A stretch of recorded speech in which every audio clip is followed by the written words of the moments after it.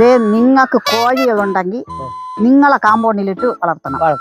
എൻ്റെ വീട്ടില് ഞാൻ പല സാധനവും നട്ടുപിടിപ്പിച്ചിട്ടുണ്ട്. എൻ്റെ കോഴിയൊക്കെ വയ്ക്കുന്ന ആഹാരമെല്ലാം നിങ്ങളെ കോഴികൾ തിന്ന് മുടിച്ച് പോവേണ്. അപ്പം ഞാൻ ഇതാ മാനമായ രീതിയിൽ പറയാണ്, നിങ്ങളെ വീട്ടിലെ കോഴികളെ നിങ്ങൾ നോക്കി വളർത്തിക്കൊള്ളണം, എൻ്റെ കാമ്പൗണ്ടിൽ വിടരുത്. അതുപോലെ എൻ്റെ വീട്ടിൻ്റെ ഒരു ചുറ്റും അത് തൂറി നാശമാക്കി ഇട്ടൊക്കെയാണ്. എൻ്റെ നല്ലൊരു ചെരുപ്പിനെ തൂറി കുളമാക്കി ഇട്ടേക്കാണ്. പറഞ്ഞേട്ടാ, നിന്റെ കോഴി തൂറില്ലേ? അത് തൂറി എല്ലായിടവും തൂറി മുടിച്ച് ചവറുകളും എല്ലാം കിട്ടിയിട്ട് പോവാണ്. അത് തൂറിനല്ലേ? ആഹാ, നിങ്ങൾ കൊള്ളാമല്ല. അങ്ങനെ എന്റെ കോഴി വന്ന് തൂറി മുടിക്കണ അന്ന് എന്നെ കാണിച്ചു തരണം. അപ്പൊ ഞാൻ നാളെ ഞാൻ നോക്കിക്കൊള്ളാം. പരാതിയായിട്ട് വന്നെങ്കിൽ അവളെ കോഴി തൂറണം. അവളെ കോഴി കൂടാന്ന് തൂറണത് അത് തൂറണല്ലേ? കോഴി തൂറണമെന്നും പറഞ്ഞ് പരാതി പറയുന്നു.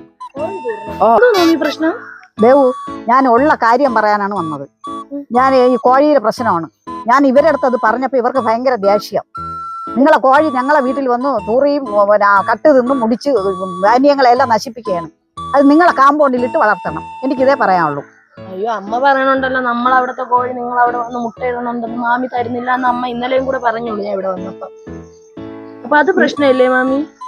കോഴി തൂറുന്നതാണ് പ്രശ്നം. മുട്ടയെല്ലാം എടുക്കണത് അതിന് കുഴപ്പമില്ല. നിങ്ങൾ വന്ന് എന്റെ വീട്ടിൽ വന്ന് നിങ്ങളെ കോഴിയിട്ട മുട്ട കാണിച്ചു തരണം. പറഞ്ഞേട്ടാ, എന്നിട്ട് സംസാരിക്കണം. എന്റെ അമ്മ നിങ്ങൾ കോഴി വന്ന് തൂർന്നതും കാണിച്ചു. ഓ ശരി, പിന്നെ കാണിച്ചു തരണം രണ്ടുപേരും. ഇല്ലെങ്കിൽ ഞാൻ കോഴിയെ നശിപ്പിക്കും. പറഞ്ഞില്ലെന്ന് വേണ്ട.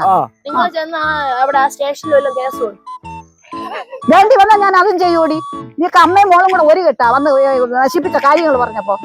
മുട്ട കൊള്ളാം, തീട്ടം കൊള്ളൂ. എന്താ മുട്ട എന്നെടുത്തെന്നാണ് പറയണത്? എന്നെടുത്തെന്നാണ് എനിക്കറിയാം. നീ വന്ന് കാണിച്ചതാ. നിന്റെ കോഴിയെ തുറന്ന് വിട്ടിട്ട് കൂടവാ മുട്ട എടുക്കുന്നു. ഇവിടെ വരുന്നതോ? അപ്പൊ അത് നിന്റെയൊക്കെ പാടുവൊക്കെ നിന്റെയൊക്കെ എനിക്ക് കിടന്ന് അലയ്ക്കാൻ വയ്യ. വേണ്ട, അല്ലെങ്കിൽ പോണം. എന്റെ പൊന്നേ.